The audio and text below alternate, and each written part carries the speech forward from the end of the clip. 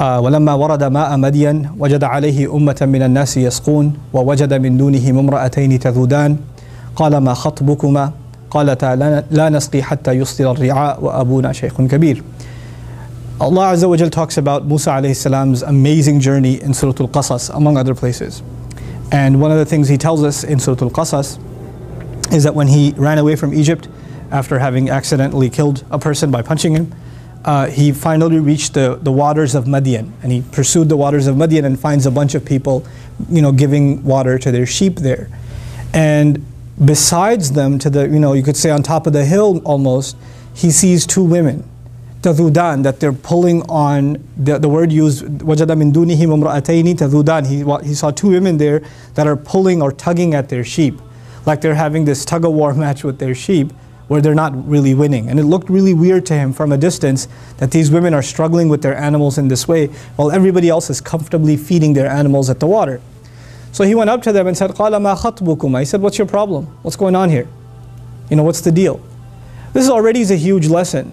We are supposed to have hayat, men are supposed to have modesty, and they're supposed to, guard their tongue and their eyes and things like that. But when someone's in trouble or somebody's having trouble, there's nothing wrong with you going and saying, can I be of service? What's going on here?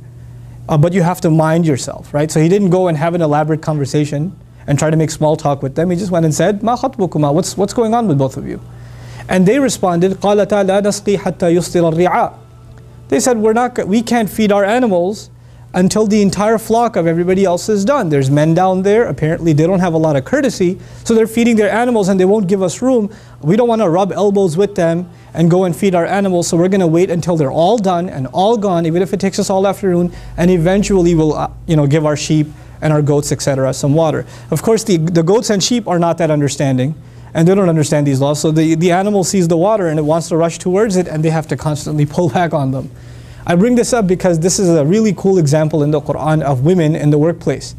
They explained that Abuna Shaykhun Kabir, they said our father's an old man. And because he's old, it's understood, it's in between the lines that he's not able to work anymore. He's not able to tend to the animals and take care of the expenses of the household and everything else. And he only has daughters, he's got two girls. And you know what? They have to go out there and work. This is a reality for so many people because of their economic situation, their unique family situation, be it divorce, be it the death of a husband, be it the only daughters that are in a household taking care of the family, old parents. They have to go out in the workforce. It's not something that our deen forbids. It's something that Quran itself talks about. But there are ethics mentioned. These girls, what's remarkable about them, the few things Allah tells us about them in Surah Al-Qasas are very telling. A principle of hayat. Because you're going to be at the workforce, necessarily situations will come that it might be convenient to compromise your standards. Standards of hayat, standards of shame, standards of modesty.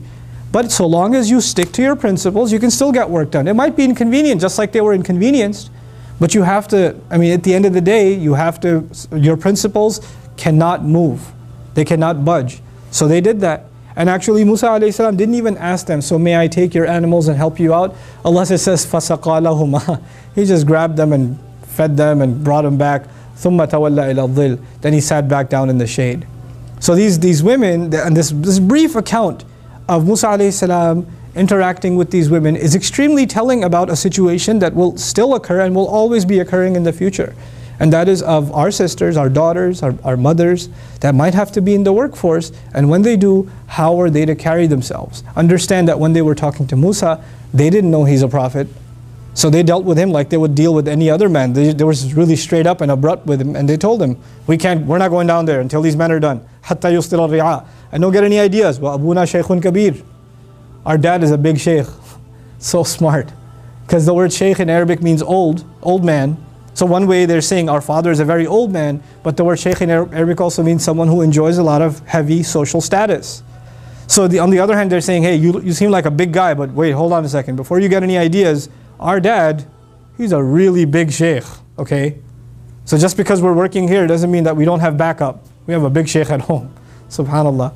So they were able to carry themselves in this confident, wonderful way. I pray to Allah Azza wa Jal that I'm able to raise daughters that are confident like that have their hayat on the one hand, and on the other hand they're able to engage with the outside world in a healthy, meaningful way, where that me as a father do a good enough job like that man did, where he can send his daughters out knowing that these guys are not very courteous to women. He can send them out and know they can handle themselves. This is very powerful, right? That he had enough confidence in them that they can handle themselves. And if somebody listens to just this and says, well, these girls must have been tomboys. They must have been really outgoing, like boyish personalities where they're not very shy. I mean, the next ayah tells us, وَجَاءَتْ إِحْدَاهُمَا تَمْشِي عَلَى اسْتِحْيَاءٍ. One of them came back walking shyly. Allah mentions her shyness when she's walking towards Musa alayhi salam. Inna abi yad'uka. No doubt my dad's the one calling you. She tells him, my dad's calling you. He wants to pay you for what, the help you did for us. But she came and she had modesty, she had shyness.